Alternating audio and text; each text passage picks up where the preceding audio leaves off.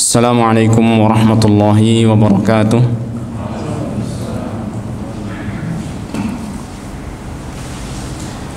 Innal hamdalillah nahmaduhu wa nasta'inuhu wa nastaghfiruh wa na'udzu billahi min shururi anfusina wa min sayyiati a'malina. Man yahdihillahu fala mudilla lahu ومن يضلل فلا هادي له أشهد أن لا إله إلا الله وحده لا شريك له وأشهد أن محمدا عبده ورسوله اللهم صل وسلم وبارك على عبدك ورسولك محمد وعلى آله وأصحابه ومن تبعهم بإحسان إلى يوم الدين. Amma ba'du. Alhamdulillah, ma'asyiral muslimin, jamaah rahimani wa rahimakumullah.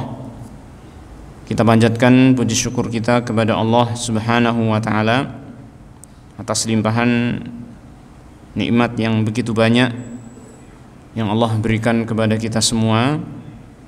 Khususnya adalah nikmat kita masih berada di dalam keislaman, masih berada di dalam keimanan, dan kita diberikan petunjuk oleh Allah Subhanahu wa taala untuk mengenal as-sunnah, mengenal jalan yang ditempuh oleh Nabi Muhammad sallallahu alaihi wasallam dan para sahabatnya, dan kita diberikan kemudahan oleh Allah Subhanahu wa taala untuk menempuh jalan tersebut dan melaksanakan berbagai macam amal ibadah di dalam Islam, yang semuanya itu tentunya adalah semata-mata karunia dari Allah, sehingga hanya Allah Ta'ala saja yang berhak untuk kita puji. Alhamdulillahi Rabbil Alamin. Ma'asyiral muslimin rahimani wa rahimakumullah. Alhamdulillah, pada kesempatan malam ini kita bisa kembali duduk di majelis ini, di masjid yang mudah-mudahan diberkahi oleh Allah Subhanahu wa taala. Kita akan melanjutkan pembacaan kitab Aqidah Tauhid karya Syekh Shalih bin Fauzan Al-Fauzan hafizahullah ta'ala, di mana pembahasan kita masih berkaitan dengan Tauhid Al-Asma was Sifat, mentauhidkan Allah Ta'ala di dalam nama-nama dan sifat-sifatnya. Pada pertemuan sebelumnya telah kita pelajari bagaimana manhaj Ahlus Sunnah wal Jamaah, jalan atau metode yang ditempuh oleh Ahlus Sunnah wal Jamaah di dalam mengimani nama-nama dan sifat-sifat Allah Ta'ala, yaitu adalah apa? Kita menetapkan semua nama-nama dan sifat-sifat yang Allah Tabaraka wa Ta'ala tetapkan. Demikian pula yang ditetapkan oleh Rasulullah sallallahu alaihi wasallam, tanpa menolaknya, kan? Tanpa mengubah maknanya, ya. Kemudian juga tanpa menyerupakan dengan sifat makhluk, dan juga tidak atau tanpa mempertanyakan tentang bagaimana hakikat sifat tersebut, ya. Karena Allah Subhanahu wa taala bagi kita adalah perkara yang ghaib, tidak bisa kita menjangkaunya dengan indera kita. Ketika Allah Ta'ala mengabarkan tentang dirinya, dan Allah Ta'ala adalah maha benar ucapannya, maha benar firmannya, maka wajib bagi kita untuk menerimanya, wajib bagi kita untuk mengimaninya. Hanya saja karena tadi bahwasanya Allah Ta'ala itu adalah zat yang ghaib dari kita, kita tidak bisa mengetahui bagaimana hakikat zat Allah Subhanahu wa Ta'ala. Dan juga Allah Ta'ala telah menetapkan dalam Al-Quran, laisa kamitslihi syai', tidak ada sesuatu pun yang serupa dengan Allah. Maka kita tidak bisa membayangkan bagaimana hakikat sifat Allah. Kita hanya memahami bahwasanya Allah Ta'ala memiliki sifat-sifat tersebut sesuai yang ada dalam Al-Quran dan hadis, dan tentunya kita meyakini sifat-sifat tersebut berada di dalam puncak kesempurnaannya, karena Allah Ta'ala telah mengatakan walillahil masalul a'la, dan hanya Allah Ta'ala, hanya milik Allah Ta'ala saja sifat-sifat yang maha sempurna. Maka apa saja yang ada dalam Al-Quran, apa saja yang ada dalam hadis-hadis Rasulullah SAW dalam menjelaskan tentang diri Allah Ta'ala, tentang nama-namanya, tentang sifat-sifatnya, wajib bagi kita untuk mengimaninya, wajib bagi kita untuk menerimanya tanpa mengubah maknanya, tanpa menolaknya, tanpa menyerupakan dengan sifat makhluk, dan tanpa mempertanyakan atau membayangkan bagaimana sifat-sifat tersebut. Nah, ini secara global tentang manhaj atau jalan metode yang ditempuh oleh Ahlus Sunnah wal Jamaah, yang tentunya ini jugalah yang ditempuh oleh siapa? Nabi kita, Nabi Muhammad sallallahu alaihi wasallam, dan juga para sahabatnya radhiyallahu anhum ajma'in.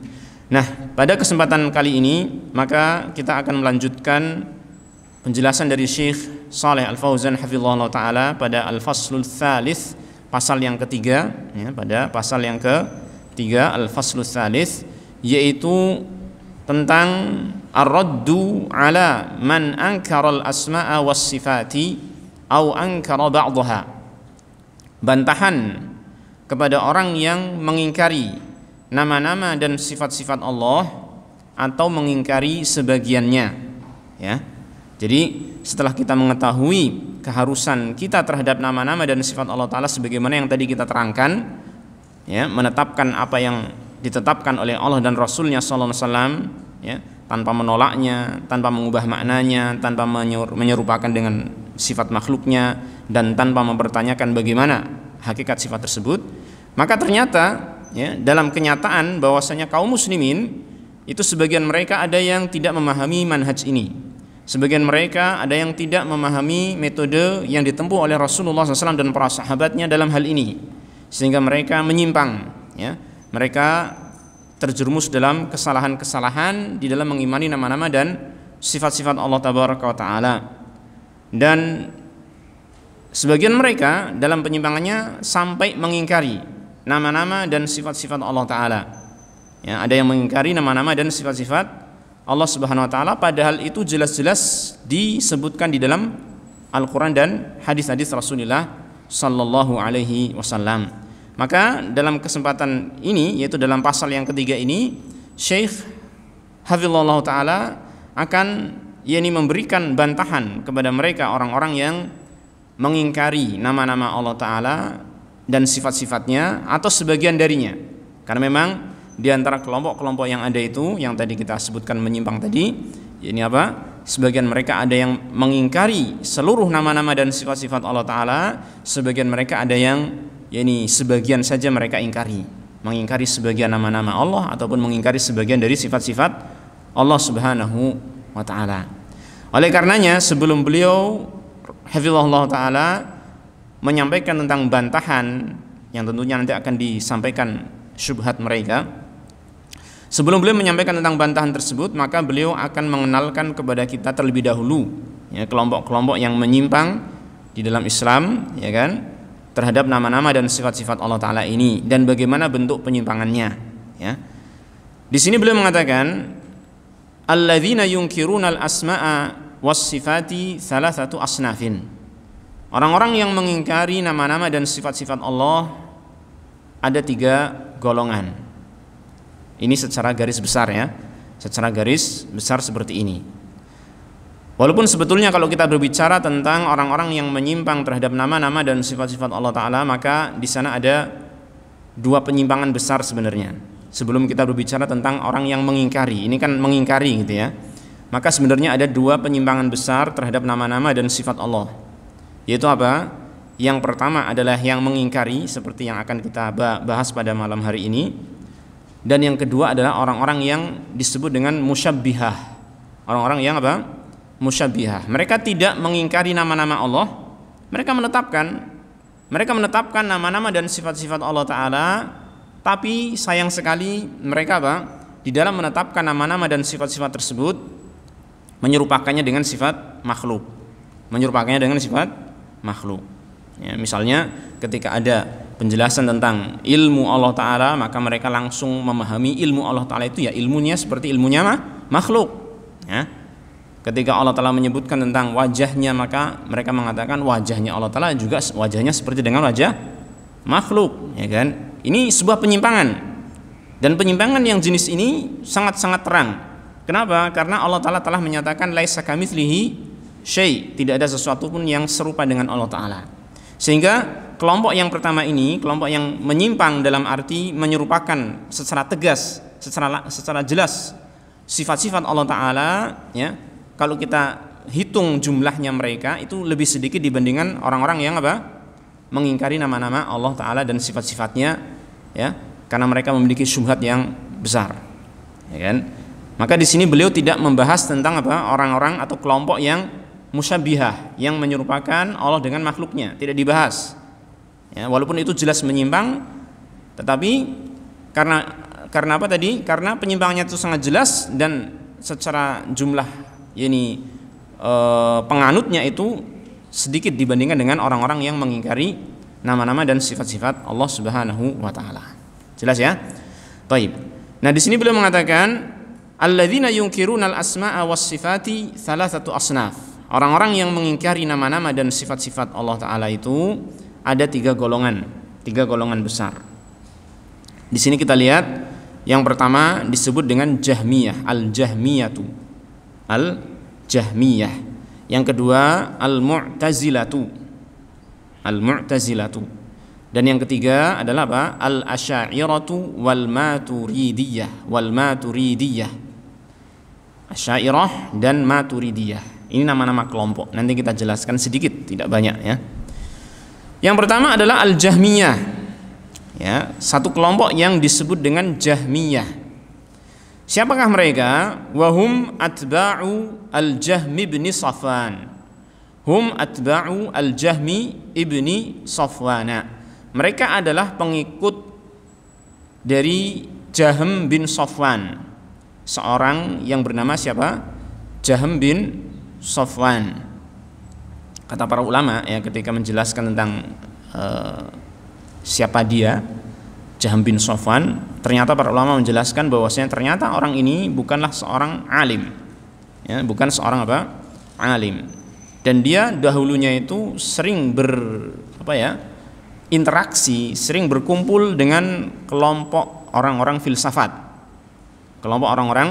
filsafat, sehingga pemikiran-pemikiran dia itu banyak sekali mengadopsi dari pemikiran orang-orang filsafat. Ya, disebutkan dalam salah satu referensi, diantaranya kalau tidak salah disebutkan oleh kata para ulama oleh siapa? Imam Ahmad di dalam bantahan terhadap orang-orang Jahmiyah, Ar-Raddu 'alal Jahmiyah, disebutkan sebuah kisah bahwasanya Jahm bin Safwan itu dulu pernah bertemu dengan satu kelompok ahli filsafat yang disebut dengan Sumaniyah, ya, yang mereka berasal dari negeri India, di mana mereka ini kelompok Sumaniyah ini, ya kan, kelompok Sumaniyah ini adalah kelompok ahli filsafat yang mereka tidak mempercayai adanya perkara-perkara yang gaib, yang tidak diindra. Yang mereka imani hanyalah perkara-perkara yang bisa diindra saja, ya.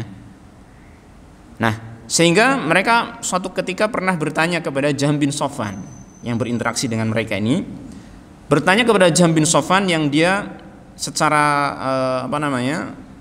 agama, maksudnya secara pengakuannya dia adalah seorang muslim, dia mengakui sebagai seorang muslim yang menyembah Allah Ta'ala, Jahm bin Safwan ini, walaupun nanti para ulama ya berbicara tentang apakah dia kafir ataukah bagaimana, itu dijelaskan oleh para ulama.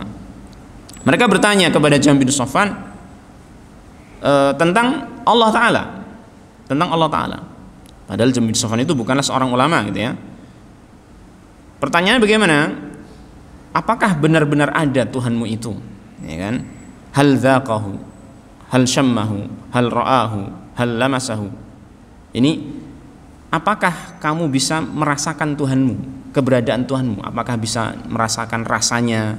Apakah bisa dicium? Apakah bisa disentuh dan seterusnya? Intinya karena Sumaniyah ini adalah sekelompok ahli filsafat yang hanya mempercayai perkara-perkara yang bisa diindra, maka pertanyaannya terkait dengan itu.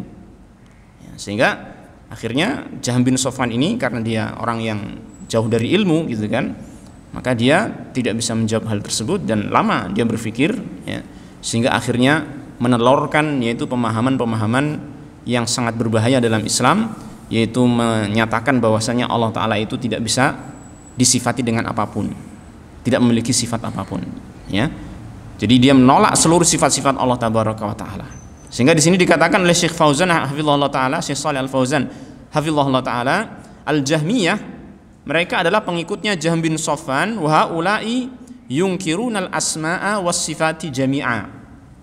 Mereka mengingkari nama-nama dan sifat-sifat Allah taala seluruhnya. Masya Allah. Jadi seluruh nama-nama dan sifat-sifat Allah taala ini diingkari oleh orang-orang Jahmiyah. Diingkari oleh orang-orang Jahmiyah. Maka ini sebuah penyimpangan yang sangat besar, bahkan sampai derajat kekufuran.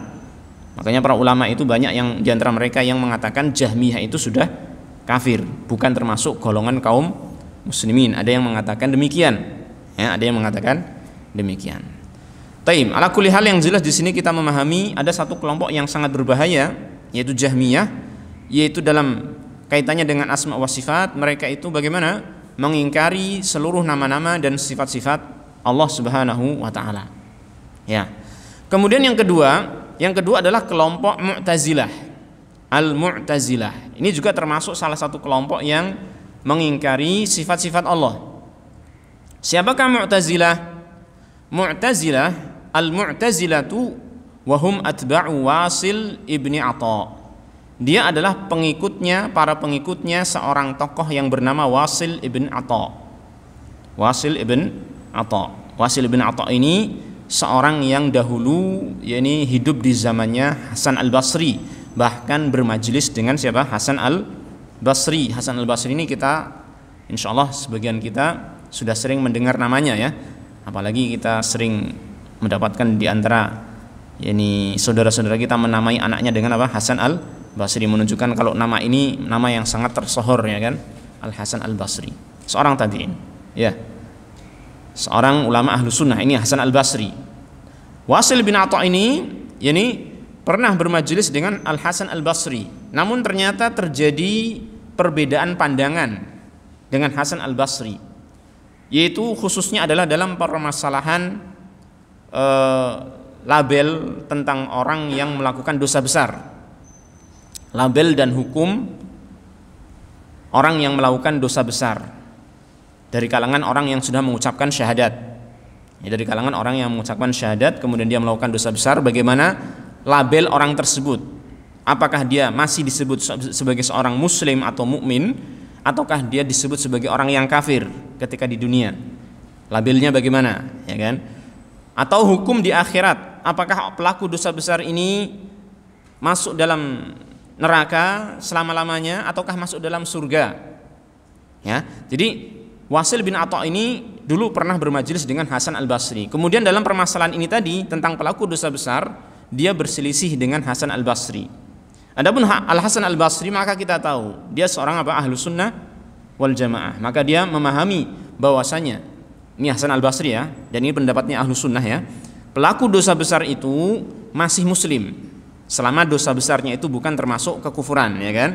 Pelaku dosa besar itu masih muslim dan dia masih memiliki iman, meskipun kita katakan tidak sempurna imannya. Ini ketika di dunia, ya, kita beri label orang tersebut, atau kita katakan orang tersebut ketika di dunia masih muslim, dia beriman dengan keimanan yang tidak sempurna.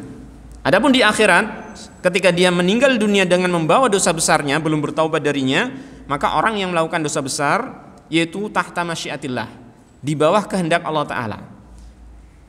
Ya, bisa jadi Allah Ta'ala menghendaki orang tersebut diampuni dengan sebab-sebab tertentu yang lain, ya kan, sehingga dia bisa selamat dari neraka. Bisa jadi Allah Ta'ala berkehendak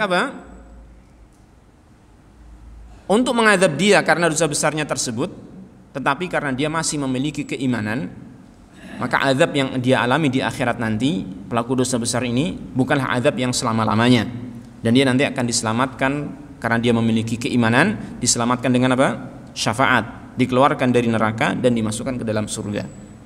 Ini tentang pelaku dosa besar menurut ahlu sunnah wal jamaah, dan inilah yang benar, ya. Nah, Wasil bin Atha dia memiliki pendapat yang berbeda. Baiklah kita katakan menyimpang, karena ini memang jelas menyimpang dari jalannya ahlu sunnah wal jamaah. Dia mengatakan pelaku dosa besar itu kalau dia meninggal dunia, ya, meninggal dunia membawa dosa besarnya, tidak bertaubat darinya, maka orang ini akan dimasukkan ke dalam neraka dan kekal selama-lamanya di dalam neraka. Kenapa? Karena ketika di dunia, kata dia, orang Wasil bin Atha itu memiliki pendapat pelaku dosa besar ini sudah keluar dari keimanan. Dia tidak lagi disebut sebagai seorang muslim. Dia tidak lagi disebut sebagai orang yang beriman. Berarti apa? Kafir. Dia nggak berani mengatakan pelaku dosa besar kafir. Kalau yang mengatakan pelaku dosa besar kafir itu adalah orang-orang Khawarij. Tapi ini orang Mu'tazilah tidak berani. Dia malah membuat istilah baru.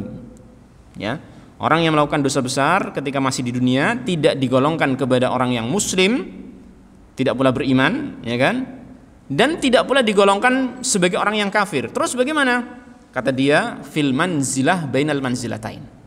Dia berada dalam satu posisi antara dua posisi. Tidak iman, tidak kafir. Tidak muslim, tidak kafir. Masya Allah. Ini perkara yang baru diadakan. Diadakan perkara yang baru tentang istilah manusia. Padahal dalam Al-Quran Allah hanya menyatakan apa? Faminkum mu'min wa minkum kafir. Ada dua saja. Kalau enggak mukmin ya kafir, kan gitu kan. Nah ini dia mengadakan perkara yang baru dalam masalah keimanan. Ini penyimpangan Wasil bin Atha. Pada asalnya cuma masalah iman, ya kan? Akan tetapi ternyata dalam perkembangannya Wasil bin Atha ini ataupun Mu'tazilah ini, dia disebut Mu'tazilah kenapa? Karena yang tadinya dia ini Wasil bin Atha bermajlis dengan majelisnya Hasan al-Basri, karena terjadi perselisihan pendapat yang sangat sangat krusial ini ya. Ini kan bukan permasalahan sepele, permasalahan iman, ya kan? Maka akhirnya Wasil bin Atha itu menyempal atau meninggalkan majelisnya Hasan al-Basri. Ya, i'tazala majlis al-Hasan al-Basri. Dia menyempal atau meninggalkan majelisnya Hasan al-Basri dan dia membawa pengikut. Sehingga siapa ini? Wasil bin Atha bersama dengan pengikutnya disebutlah sebagai kelompok apa? Mu'tazilah. Karena dia i'tazala, yaitu meninggalkan, menyempal dari majelisnya siapa? Hasan al-Basri. Ya.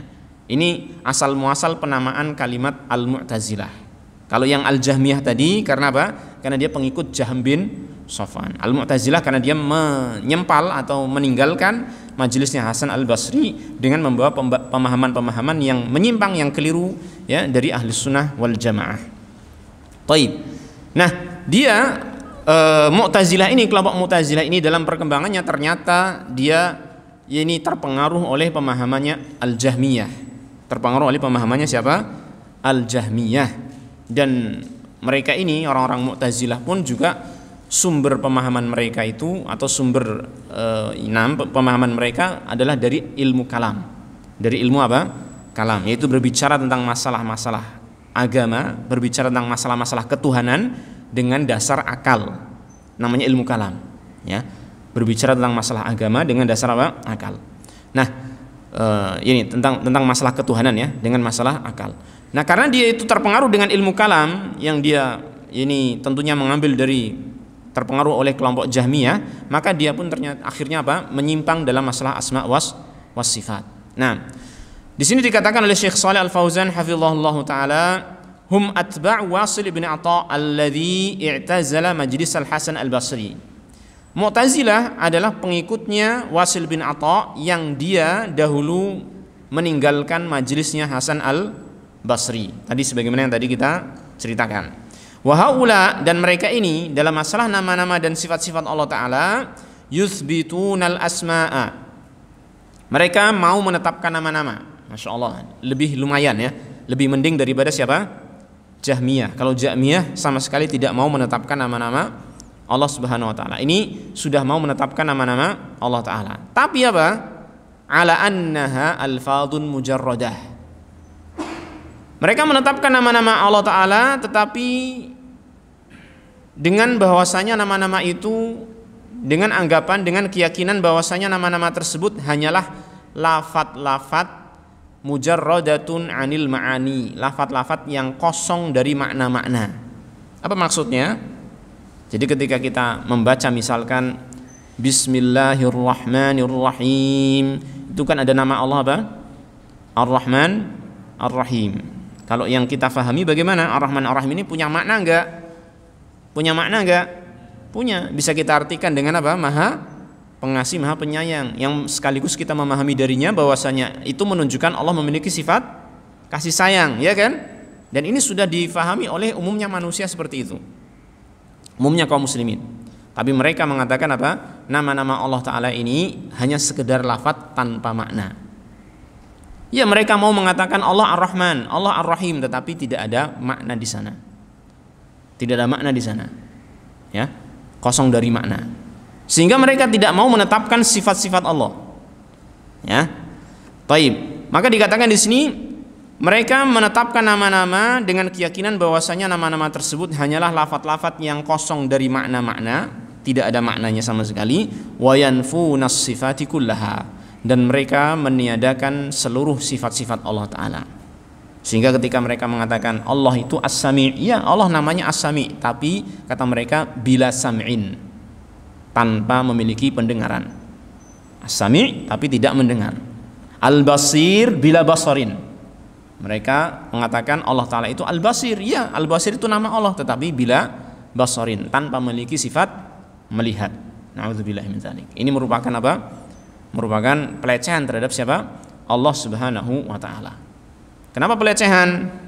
Bukankah zat yang tidak bisa mendengar, tidak bisa melihat, tidak pantas untuk disembah? Ya enggak? Oleh karena itulah kalau kita lihat tentang kisahnya Nabi Ibrahim ketika berdebat dengan kaumnya yang mereka menyembah berhala, di antara hujah Nabi Ibrahim adalah apa? Ya, apakah berhala-berhala itu bisa mendengar, bisa melihat, bisa berbicara, bisa memberikan hajat kebutuhanmu? Jadi secara fitrah manusia itu memahami zat yang tidak bisa melihat, tidak bisa mendengar itu tidak pantas untuk disembah. Ya kan? Bagaimana pantas disembah sedangkan orang yang mau menyembah Allah Ta'ala itu pasti meminta kepadanya. Ya kan? Pasti takut kepadanya karena zat itu maha melihat. Kan gitu. Dan ini orang-orang Mu'tazilah malah apa? Menafikan atau meniadakan sifat-sifat Allah. Maka seakan-akan menyatakan bahwasanya Allah Ta'ala tidak pantas untuk disembah. Na'udzubillah min dzalik. Ya, ini merupakan penyimpangan yang besar, ya. Siapa ini? Mu'tazilah. Jadi, apa bedanya Jahmiyah dengan Mu'tazilah? Mudahnya adalah Jahmiyah mengingkari semua nama dan sifat, adapun Mu'tazilah menetapkan nama tapi tidak mau menetapkan apa? Sifat. Tidak mau menetapkan sifat, mengingkari semua sifat. Jelas ya ini ya? Ini dua kelompok besar. Nah, kemudian datang kelompok berikutnya, yang ketiga, yaitu al-Asy'ariyah wal Maturidiyah. Kelompok Asy'ariyah atau yang sering juga disebut dengan Asy'ariyah, ya, dan Maturidiyah. Dua kelompok ini dijadikan satu satu jenis, satu golongan karena memang memiliki pemahaman yang mirip. Ada sedikit perbedaan antara dua kelompok tersebut, tetapi secara garis besar sama, yaitu apa? Mereka adalah menetapkan nama-nama, menetapkan sifat juga, tetapi masih meniadakan, jadi mengingkari sebagian dari sifat-sifat Allah Ta'ala yang sangat banyak, ya, yaitu Asy'ariyah dan Maturidiyah. Kita baca dulu al-Asy'ariyatu wal Maturidiyah. Asy'ariyah yaitu Asy'ariyah dan Maturidiyah, wa man tabi'ahum, dan orang-orang yang mengikuti mereka. Al-Asy'ariyah ini nisbat kepada Abul Hasan Al-Asy'ari. Nisbat kepada Abul Hasan Al-Asy'ari, sedangkan Al-Maturidiyah nisbat kepada Abu Mansur Al-Maturidi. Abu Mansur Al-Maturidi, ya. Wa haula'i, dan mereka ini yusbitun al-asma', mereka itu menetapkan nama-nama Allah. Jadi berkaitan dengan nama-nama, mereka memahami Allah Ta'ala memiliki nama-nama yang sangat banyak, mereka menetapkannya, alhamdulillah, ya kan? Wa ba'dhus sifat, dan mereka juga menetapkan sebagian sifat. Dan sayangnya mereka menetapkan sebagian sifat ini dibatasi, ya, dengan jumlah tertentu, walaupun secara secara kalam mereka itu seakan-akan tidak membatasi sifat Allah Ta'ala, tetapi secara kenyataan dari apa yang mereka terangkan sama saja dengan membatasi sifat Allah Ta'ala. Itu mereka membatasi sifat Allah Ta'ala, terutama yang Asy'ariyah ini yang pendapat ini atau pemahaman ini diakui oleh Asy'ariyah belakangan, yaitu mereka menetapkan 20 sifat. 20 apa? Sifat. Barangkali yang sebagian dari kita itu telah menghafalnya, ya kan, karena biasanya dilantunkan, kan.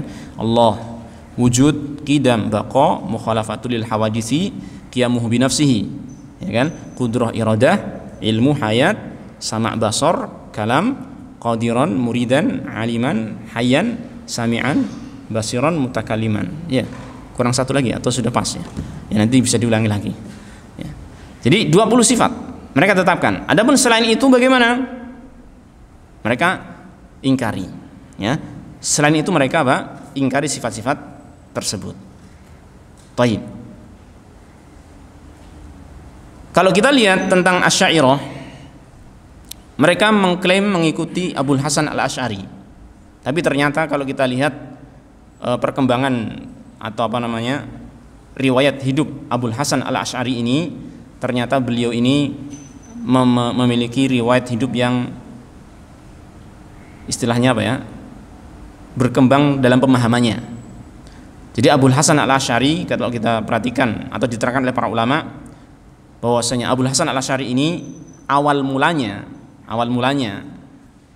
dia adalah termasuk pengikut Mu'tazilah. Ya, jadi Abul Hasan Al-Asy'ari awal mulanya termasuk siapa? Pengikut siapa? Mu'tazilah. Kenapa demikian? Karena dia punya bapak tiri. Ibunya menikah dengan laki-laki, ya kan, seorang laki-laki yang lain, bukan bapaknya dia. Setelah ibunya menjanda gitu kan, tentunya kan, menikah dengan seseorang yang dia merupakan tokoh Mu'tazilah, yaitu Abu Ali Al-Jubba'i. Sehingga Abul Hasan Al-Asy'ari ini hidup berada di dalam pengawasan ataupun pendidikan oleh siapa? Abu Ali Al-Jubba'i Al-Mu'tazili, seorang Mu'tazilah. Sehingga otomatis ketika ayah tirinya itu adalah seorang Mu'tazilah, dia terpengaruh, ya kan? Dalam hidupnya dia memiliki pemahaman Mu'tazilah. Sampai pada usia tertentu, kalau tidak salah usia 40 tahun, baru dia, atau usia yang lain, seingat saya 40 tahun, dia mengenal siapa itu namanya? Ibnu Kullab, Abdullah bin Sa'id Ibnu Kullab kalau nggak salah namanya. Ibnu Kullab. Yang dia kemudian pemahamannya dikenal dengan Kullabiyah. Pemahamannya dikenal dengan apa? Kullabiyah. Nah, ini mulai menetapkan sifat-sifat. Ya. Dia terpengaruh dengan pemahaman Kullabiyah.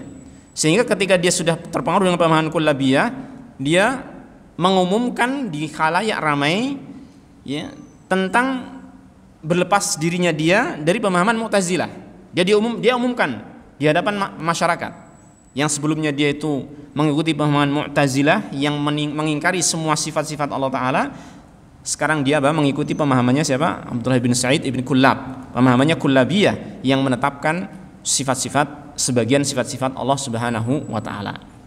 Maka mulai dari itulah Abul Hasan Al-Asy'ari menetapkan diantaranya sifat 7 yang dikenal, yaitu qudrah, iradah, ilmu, hayah, sama', basar, kalam. 7 sifat dia tetapkan, ya kan?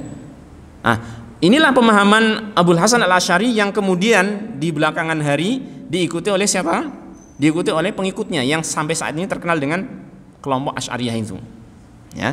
Tapi ternyata kalau kita lihat perkembangan kehidupan Abul Hasan Al-Asy'ari tidak sampai di situ. Ternyata dia di kemudian hari mengenal yaitu tokoh-tokoh ulama yang mengikuti pemahaman ahli hadis, pemahamannya Ahlus Sunnah wal Jamaah, sehingga di akhir hayat Abul Hasan Al-Asy'ari dia lebih cenderung kepada pemahamannya Ahlus Sunnah wal Jamaah, menetapkan sifat-sifat Allah Tabaraka wa Ta'ala, ya. Disebutkan di dalam beberapa kitab yang dia miliki, di antaranya adalah Al-Ibana, atau juga disebutkan juga dalam Maqalat Al-Islamiyyin.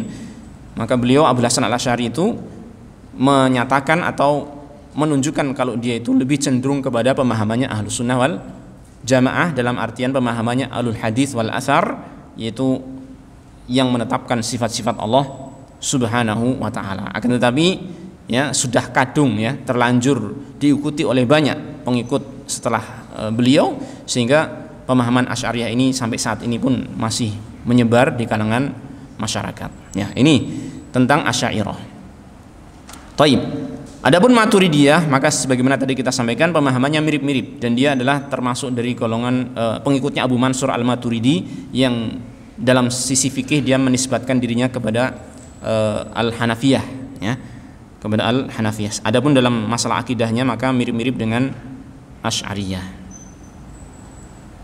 Masih berapa menit? 7 menit. Baik. Ya, ini secara garis besar ya, secara garis besar tentang penyimpangan kelompok-kelompok dalam kaum muslimin yang salah di dalam mengimani nama-nama dan sifat-sifat Allah Ta'ala. Dan tentunya mereka ini memiliki sebab-sebab penyimpangan, kan gitu. Kalau kita lihat, ternyata 3 kelompok ini, 3 golongan ini, Jahmiyah, Mu'tazilah, kemudian Asy'ariyah dan Maturidiyah, ada persamaannya. Persamaannya apa? Di mana mereka lebih mengedepankan akal mereka, ya, di dalam masalah ketuhanan dibandingkan dengan apa? Mengikuti dalil. Itu permasalahannya. Karena mereka terpengaruh dengan filsafat pertama, ya kan? Kemudian menelurkan namanya ilmu kalam. Ilmu kalam. Itu tadi ilmu yang membicarakan tentang masalah ketuhanan tapi lebih mengedepankan dari sisi akal, ya. Sehingga kita ketahui sifat-sifat yang ditetapkan oleh Asy'ariyah itu yang 20 sifat atau aslinya kembali kepada 7 sifat, ya kan? Itu semua mereka tetapkan itu karena akal mereka mendukungnya. Adapun yang tidak didukung oleh akal mereka, maka mereka tidak mau menetapkannya. Walaupun disebutkan di dalam Alkitab dan As-Sunnah. Ya, walaupun disebutkan dalam Alkitab dan As-Sunnah, maka mereka lebih mengedepankan pemahaman akal mereka yang sudah terkontaminasi dengan apa? Ilmu filsafat yang sangat-sangat buruk, ya kan? Sehingga mereka menolak sifat-sifat Allah Subhanahu wa taala yang sangat banyak. Ya. Kalau kita lihat tadi dalam ucapan bismillahirrahmanirrahim, ya kan? Bagaimana kita memahami kalimat Ar-Rahman Ar-Rahim tadi? Bahwasanya Allah Ta'ala memiliki sifat apa? Rahmat, kasih sayang, gitu kan. Orang-orang Asy'ariyah yang tulen tidak mau menetapkan sifat kasih sayang bagi Allah Ta'ala. Walaupun mereka setiap doa mengatakan apa? Allah marhamni, ya. Setiap doa mereka mengatakan ya Allah rahmatilah aku. Tetapi mereka tidak mau menetapkan sifat rahmat bagi Allah. Ini bagi Asy'ariyah yang sejati, ya, bukan orang-orang yang mengklaim diri mereka Asy'ariyah tapi mereka nggak paham tentang akidah mereka, ya. Jadi orang-orang Asy'ariyah sejati itu mereka tidak memahami Allah memiliki sifat kasih sayang, sehingga mereka mentakwil sifat kasih sayang itu dengan makna yang lain. Tadi kan mereka tetapkan ada berapa? 7, ya, Qudrah, iradah dan seterusnya tadi. Maka sifat rahmat kasih sayang itu mereka takwil kepada iradah. Jadi ketika mereka mendapatkan Allah Ta'ala merahmati sesuatu, maka maknanya adalah Allah menginginkan atau berkehendak untuk memberikan pahala kepada orang tersebut. Jadi dikembalikan kepada sifat-sifat yang 7, ya, ini diantara bentuk takwil, ya, diantara bentuk takwil yang ada dalam kelompok Asy'ariyah karena mereka apa? Karena mereka ini tidak mengimani sifat-sifat selain yang mereka tetapkan itu. Baik. Di sini disebutkan oleh Syekh syubhat yang mendasari mereka menolak sifat-sifat Allah. Wasyubhatul lati banau 'alaiha jami'an madzahibahum hiya al-firaru min tashbihillahi bi khalqihi bi za'mihim. Ini syubhat utama mereka, ya. Syubhat utama mereka. Syubhat yang banau 'alaiha jami'an madzahibahum, syubhat yang mereka jadikan sebagai pondasi, ya, mereka semuanya menjadikannya sebagai pondasi terhadap madhab-madhab mereka, ya. Jadi syubhat yang mendasari madhab mereka dalam mengingkari nama-nama dan sifat Allah Ta'ala adalah apa? Hiyal firaru min tashbihillah bi khalqihi, yaitu dalam rangka untuk kabur, menjauhi penyerupaan Allah terhadap makhluknya. Ini menurut mereka, bizamihim, menurut mereka. Maksudnya bagaimana? Maksudnya adalah mereka memiliki anggapan seandainya Allah Ta'ala ditetapkan sifat-sifat yang mereka tolak tadi, ya kan, maka melazimkan penyerupaan terhadap makhluk. Melazimkan penyerupaan terhadap apa? Makhluk. Jadi misal, kalau kita menetapkan Allah memiliki wajah, ya, sedangkan makhluk punya wajah, maka itu akan melazimkan menurut anggapan mereka menyerupakan Allah dengan makhluk. Jelas ya ini ya? Ini anggapan mereka. Dengan anggapan tersebut, mereka ingin mensucikan Allah. Bukankah Allah Ta'ala mengatakan laisa kamitslihi syai', tidak ada sesuatu pun yang serupa dengan Allah, ya kan? Kalau kita menetapkan ini, maka akan melazimkan penyerupaan. Sehingga akhirnya apa? Kalau begitu, mestinya Allah tidak memiliki sifat ini, ya kan? Akhirnya mereka menolak sifat tersebut. Paham ya ini ya? Paham ya? Sehingga mereka menolak sifat tersebut karena menurut anggapan mereka, jika ditetapkan akan menyerupakan dengan makhluk. Apakah demikian? Sebenarnya apakah demikian hakikatnya? Tentu tidak. Kemarin sudah kita sampaikan nukilan dari Imam Tirmidzi, ya kan, dalam sunannya beliau membawakan ini penjelasan dari para ulama terdahulu. Yang namanya tasbih itu adalah apa? Jika dikatakan tangan Allah seperti tangan makhluk, wajah Allah seperti wajah makhluk, namanya tasbih. Tapi kalau menetapkan Allah punya wajah yang sesuai dengan kemuliaannya, sesuai dengan kesempurnaannya, berbeda dengan wajah makhluk, maka itu bukan tasbih. Kan gitu kan? Seperti itu. Apabila kita menetapkan Allah Ta'ala memiliki dua tangan sebagaimana dalam Al-Quran tanpa menyerupakan dengan tangan makhluk, maka itu bukan tasbih. Bahkan itu menunjukkan apa? Kesempurnaan Allah Subhanahu Wa Ta'ala. Gitulah. Nah, jadi ini mereka memiliki pemahaman yang keliru dari awal, menganggap bahwasanya jika ditetapkan sifat-sifat yang ada dalam Al-Quran dan As-Sunnah akan melazimkan apa? Akan berkonsekuensi menyerupakan dengan sifat makhluk, sehingga akhirnya mereka apa? Mereka menolak sifat-sifat tersebut. Kata mereka, li'annal makhluqina yusammauna bi ba'dhi tilkal asma' wa yusafuna bi tilka sifat fayalzamu min al-ishtiraki fi lafdhil ismi was sifati wa ma'nahuma al-ishtiraku fi haqiqatihima. Kata mereka, karena makhluk-makhluk itu juga diberi nama dengan sebagian nama-nama itu. Makhluk juga diberi sifat dengan sebagian sifat-sifat tersebut, ya kan? Maka kata mereka, kesamaan dalam lafadz suatu nama dan sifat dan juga maknanya, maka itu berkonsekuensi kesamaan dalam hakikatnya. Itu pemahaman mereka demikian. Jadi kalau misalkan saya katakan si Bejo, ya, ada namanya Bejo enggak? Ya, si Fulan gitu aja. Si Fulan punya wajah. Kemudian saya katakan monyet punya wajah. Sama-sama punya wajah. Maka berarti dengan kita mengatakan seperti itu menyamakan si Fulan dengan monyet. Antum terima nggak kayak gitu? Terima nggak? Antum punya wajah, monyet punya wajah. Berarti antum sama dengan monyet. Terima nggak? Tentunya orang yang berakal, orang yang waras, orang yang fitrahnya sehat nggak akan terima kan gitu kan. Artinya apa? Kesamaan nama dan sifat pada satu zat dengan zat lain, sama-sama memiliki nama dan sifat tersebut, tidak mengharuskan kesamaan hakikatnya. Paham ya?